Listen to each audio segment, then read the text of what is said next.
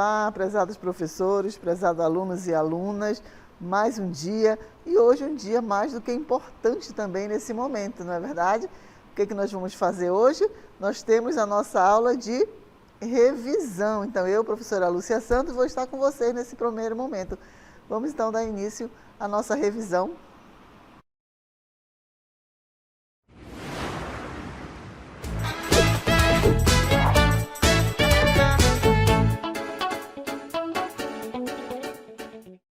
Então, para darmos início à nossa revisão, nós vamos pedir que vocês façam suas anotações, coloquem suas dúvidas e no momento da nossa interatividade, por favor, levante a mãozinha para participar da nossa interatividade, esclarecendo suas dúvidas ou acrescentando algo mais no nosso conteúdo.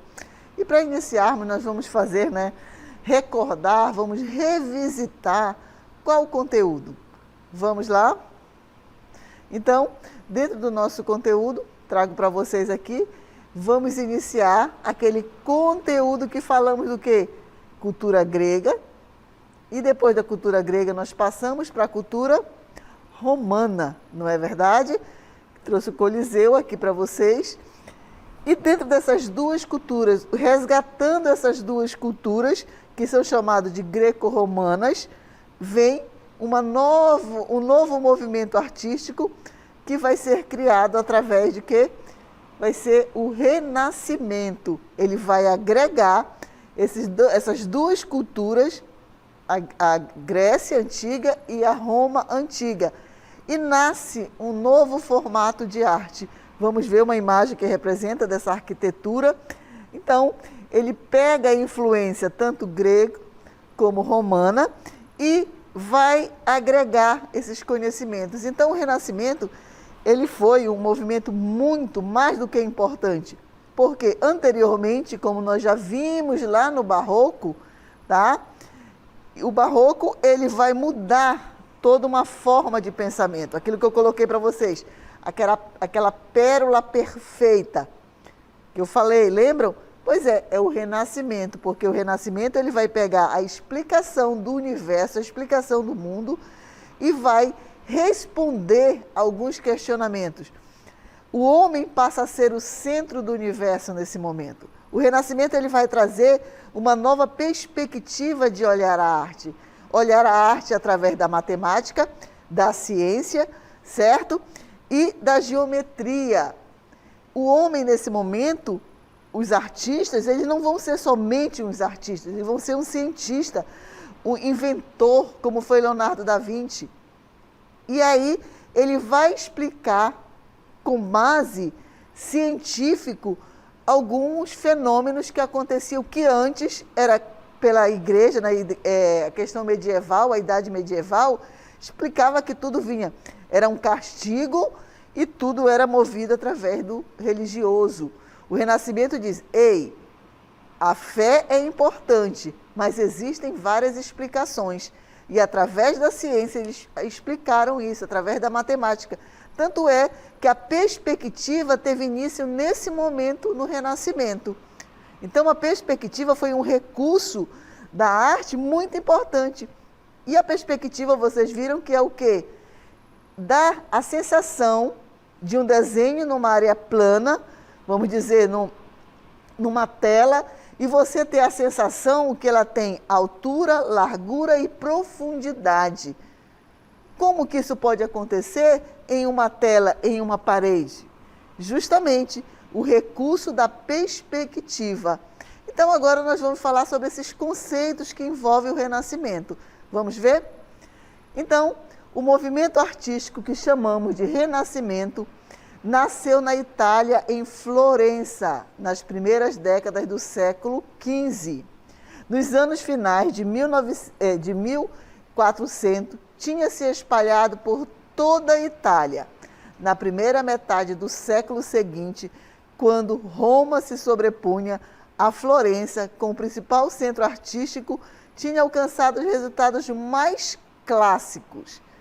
A aplicação de uma nova descoberta, Então, essa nova descoberta, essa técnica, a perspectiva, conjunto de regras matemáticas e de desenhos que permitem reproduzir sobre uma folha de papel ou sobre qualquer superfície plana o aspecto real dos objetos.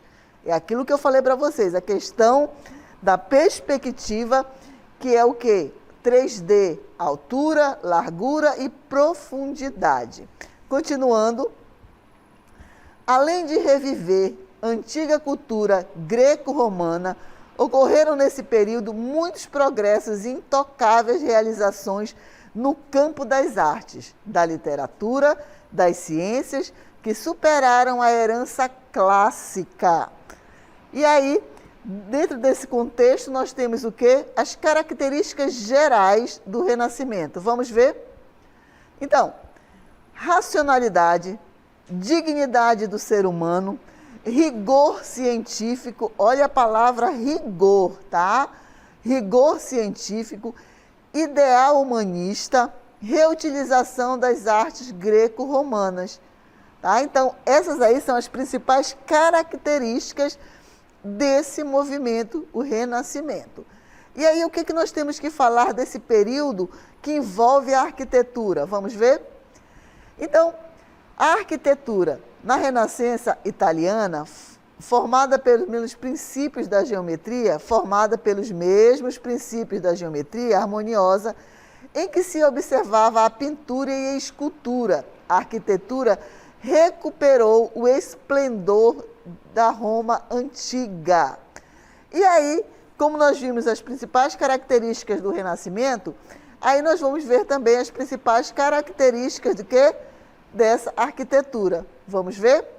Então, as principais características da arquitetura renascentista são ordens arquitetônicas. Quais são as ordens arquitetônicas? Dórica, jônica e coríntia. Lembram? Arco de volta perfeita. Simplicidade na construção. A escultura e a pintura se desprendem da arquitetura e passam a ser autônomas. Tá? Aí, construções de palácios, igrejas, vilas, casas de descansos para fora da cidade, fortalezas, funções militares e planejamento urbanístico.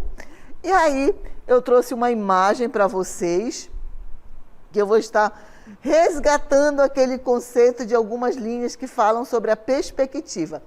Então, aqui eu trouxe para vocês uma cena que retrata uma cena bíblica, certo? Que é a Santa Ceia. E nós falamos sobre o que? A linha do horizonte, que é justamente essa linha vermelha aqui que apresenta na imagem. Ora, se nessa primeira imagem aqui, tá? Nessa primeira imagem aqui, o olhar do espectador, ele vai direto para o centro da imagem, que é o personagem principal. Então, isso dentro do Renascimento e dentro da perspectiva é chamado de ponto de fuga. E ele fica em cima da linha do horizonte, que é essa linha vermelha que está cortando aqui. Todas as linhas vão convergir, as linhas paralelas, elas vão convergir para onde? Para o ponto de fuga. E a partir daí, cria-se o quê? A sensação de profundidade, como vocês estão vendo aqui nessa imagem abaixo. Por isso que eu fiz questão de separar as três imagens para vocês perceberem como isso foi tão importante nesse momento do Renascimento. A questão da perspectiva. Então, a linha do horizonte, ela cria essa possibilidade de você ter a sensação que existe um ambiente, como vocês podem ver, vou riscar aqui atrás, olha aqui esse quadrado que tem aqui atrás, olha essa linha que vem convergindo aqui para esse momento, que se torna o quê? O teto, certo? Dando essa sensação de profundidade. Então, o Renascimento, ele vai utilizar isso, tá? E aí, dando continuidade nesse nosso conteúdo, que essas linhas vão ser chamadas, né? Que eu mostrei para vocês, a linha do horizonte, o ponto de fuga, tá? As linhas paralelas que vão estar convergindo para o mesmo centro, né? Dando essa sensação. Não esquecendo também que nesse momento um dos recursos que foi muito utilizado foi a questão do chiaroscuro, que foi criado no Renascimento. E o que o chiaroscuro fazia? Era a questão das cores mais escuras, dando a sensação de volume, e uma tonalidade mais clara dava esse contraste de cores e a sensação de volume e profundidade. Também no Renascimento foi utilizado pela primeira vez a questão da tinta a óleo, tá? Então, a partir daí, falamos sobre o Renascimento e aí nós vamos entrar num outro conceito, num outro tempo, que não vai ser descartado. Lembram como nós falamos que no Renascimento a ciência, a matemática, a geometria e a arte se abraçaram e criaram possibilidades de representações e que foi muito importante até os dias de hoje, certo? Aí nós vamos falar de um outro movimento, que eu tenho certeza que vocês não esqueceram ontem, quando a professora Lúcia saiu do estúdio, causando, ei, o que é isso? Para! É aquele movimento artístico que ele vai fazer o quê? Ele vai quebrar as regras. O Renascimento também quebrou regras. Ele deixou aquela coisa convencional, o homem passa a ser o centro do universo, certo? Ele quebra a questão da visão medieval que se tinha, o Renascimento. E esse movimento que nós vamos falar agora também ele vem dizer, peraí, por que tudo tem que seguir aquela coisa acadêmica? Tem que ser, o que é objeto de arte? São esses objetos. Qualquer objeto pode ser transformado em arte. Ele perde a sua funcionalidade e ele passa a ser apenas contemplativo. Ele vai quebrar esses paradigmas, vai quebrar as regras convencionais estipuladas pelas pessoas. Ele vai trazer um novo olhar para a arte. E aí, nós estamos falando de quê? Nós estamos falando do dadaísmo. Vamos ver os conceitos? Então, a proposta do dadaísmo é que a arte ficasse solta das amarras racionalistas e fosse apenas o resultado do automatismo psíquico, selecionando e combinando elementos por acaso. O dadaísmo foi um movimento de negação. Tratava de negar totalmente a cultura. Defendia o absurdo, a incoerência, a desordem, o caos. Então, o dadaísmo, ele vai o quê? Ele negava a cultura e defendia o quê? O absurdo, a incoerência, a desordem e o caos. Certo? Nas artes visuais, tá? Eles constituem uma manifestação cabal de um espírito que caracteriza o dadaísmo. O que é isso? Duchamp, ele vai pegar os objetos, aí nós temos a fonte, que ele chama de fonte, mas isso aí é um mictório. Ele pega essa fonte e ele bota sobre uma superfície e bota em exposição. As pessoas, no primeiro momento, quando viram aquilo, epa, o que o mictório está fazendo aqui? O mictório masculino. As pessoas, em vez de olhar como arte, olhavam a função do objeto. Certo? É o impacto, é o que causa aquele impacto de primeira. Né?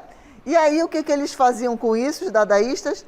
Ao transformar qualquer objeto escolhido ao acaso em obra de arte, né? Duchamp realiza a crítica radical ao sistema da arte. Então, ele vai fazer realmente isso, criticar, fazer essa crítica. Qualquer objeto escolhido por acaso poderia ser transformado em objeto de arte. A partir do momento que esse objeto, não esqueça, perde a sua funcionalidade.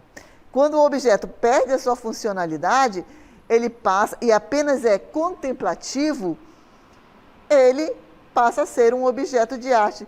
Lembram quando eu falei para vocês a questão da funcionalidade dos utensílios indígenas? Eles não fazem a arte, eles fazem utensílios para guardar alimentos que têm uma funcionalidade. Mas a partir do momento que o homem tira esse objeto e coloca apenas para ser contemplado, ele passa a ser um objeto de arte, sim. Tá?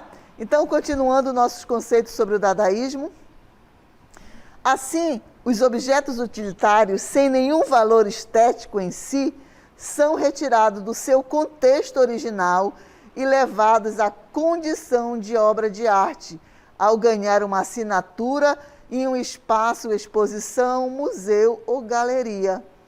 Então, quebrar esses paradigmas, quebrar os conceitos, isso sempre é a arte que grita primeiro, certo? Então, nesse momento, nós falamos do dadaísmo, falamos do renascimento, são movimentos artísticos, tendências artísticas que realmente mudaram, foram da água para o vinho, quebrando o quê? Paradigmas, tá? E aí nós vamos falar de um outro momento da arte também, que vai unir, assim como o renascimento, vai unir a ciência, a tecnologia e a arte. A arte, muito, mais uma vez, dando a sua voz, criando um novo formato. Aquilo que eu falei para vocês, da imagem, que era aquele pozinho que fica flutuando, colocado sobre um microscópio de potente, né, um microscópio eletrônico, que ele tem a capacidade de aumentar o tamanho em 6, 7 mil vezes. Aí essa imagem é captada, levada para um computador, e a partir daí os artistas vão dar a cor, criar o colorido dessa imagem captada, que foi aumentada milhares de vezes. E aí o que nós temos que falar sobre o conceito da nanoarte? Vamos lá? Imagens geradas a partir da nanociência e da nanotecnologia vêm sendo trabalhadas ultimamente com fins estéticos. O resultado impressiona e encanta, mas nem todos os consideram arte. Continuando, a melhor definição de nanoarte é uma obra artística criada a partir de imagens de partículas de materiais em nanoescalas, tá? De acordo com o professor doutor do Departamento de Química da UFSC, Elcio Longo, as imagens que dão origem ao trabalho artístico são de materiais em nanoescalas, ou seja, com a dimensão 1 milhão de vezes menores que 1 milímetro. Vocês já imaginaram? 1 milímetro, a imagem que é captada, ela é menor 1 milhão de vezes. Quer dizer, ao olho nu, você nunca vai conseguir ver essa imagem. E aí, essa imagem que é 1 milhão de vezes menor do que 1 milímetro, se coloca no microscópio eletrônico e aí aumenta essa imagem em 6 mil, 7 mil vezes. Vai ser captada essa imagem, colocada no computador e depois vai ser colorido. E aí nós temos uma imagem que eu trouxe para vocês, é uma que a gente consegue até ver, né, a olho nu, que representa a nanoarte, que eu apresentei durante nosso conteúdo da nossa aula. Vamos ver a imagem? Então, aí nós temos essas partículas que foram aumentadas, né, captadas a imagem e foi colorida, tá? Então, a partir de quando ela é colorida, ela se transforma em, vamos dizer, uma obra, né, artística que visualmente ela é agradável. Mas, como foi dito durante a nossa aula, nem todos consideram arte, tá bom? Então, essa arte, esses 3 movimentos artísticos que nós falamos aqui na nossa aula, todos são movimentos que vão ser radical, que vai ter uma mudança. O Renascimento, então, é incontável. Vocês podem ir além, pesquisem aí mais um pouquinho sobre o Renascimento. Uma das obras mais conhecidas do Renascimento, alguém sabe qual é? A Mona Lisa, certo? A Mona Lisa, ela é uma imagem enigmática. O que é enigmática, professora? Porque a Mona Lisa, ela está naquela pose dela, né? E o olhar, só que o olhar dela é enigmático porque se você colocar um papel na boca da Mona Lisa, cobrindo a boca da Mona Lisa, parece que o olhar dela está triste. Ela está assim, olhando um olhar muito triste. Mas se você apenas tapar os olhos dela e deixar a boca à vista, vai perceber que ela está sorrindo. Então, é uma mistura de sensações, de emoções que aquela imagem transmite. Professora, mas por que Mona Lisa é tão famosa? Ela, gente, porque, como eu falei para vocês, ali teve um início também da questão da perspectiva, do volume, da imagem em 3D, altura, largura e profundidade. Ali tudo, sabe, o uso da tela. Então, Leonardo da Vinci foi muito safo nesse momento. Ele foi, além de ser um artista, ele era um cientista, era um matemático, um filósofo. Tá? E aí, falamos desse renascimento, falamos da nanoarte e falamos do dadaísmo. Todos trazendo inovação na linha artística. Por isso que eu sempre falo, a arte não é fácil, a arte é difícil. Para você entender, você tem que saber de tudo um pouco ou um pouquinho a mais, certo? Então agora nós vamos para a nossa interatividade e vamos chamar a nossa primeira turma. Vamos chamar Alvarães 523, turma 11. Vamos lá?